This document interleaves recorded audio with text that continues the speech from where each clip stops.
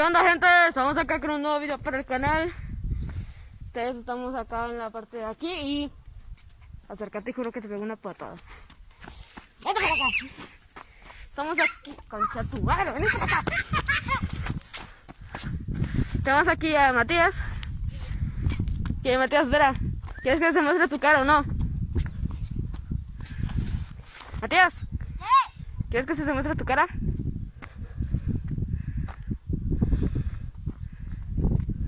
¿Quieres que se muestre tu cara, sí o no? No. Ah, huevo. Y por allá abajo está Eren. ¿Me conocen? Soy Ataeru. Y vamos a prender una fogata para el video. Puta madre, está saliendo. ¡Eren!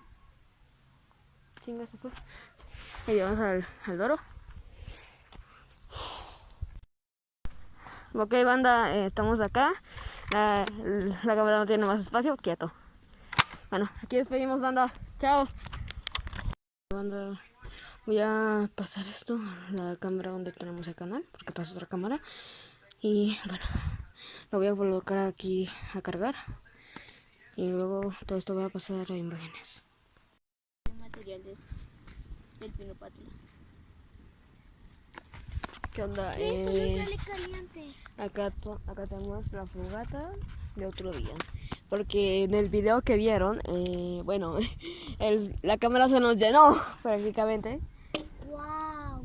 Así que bueno, acá les muestro la fogata de otro día para que complemente con el video.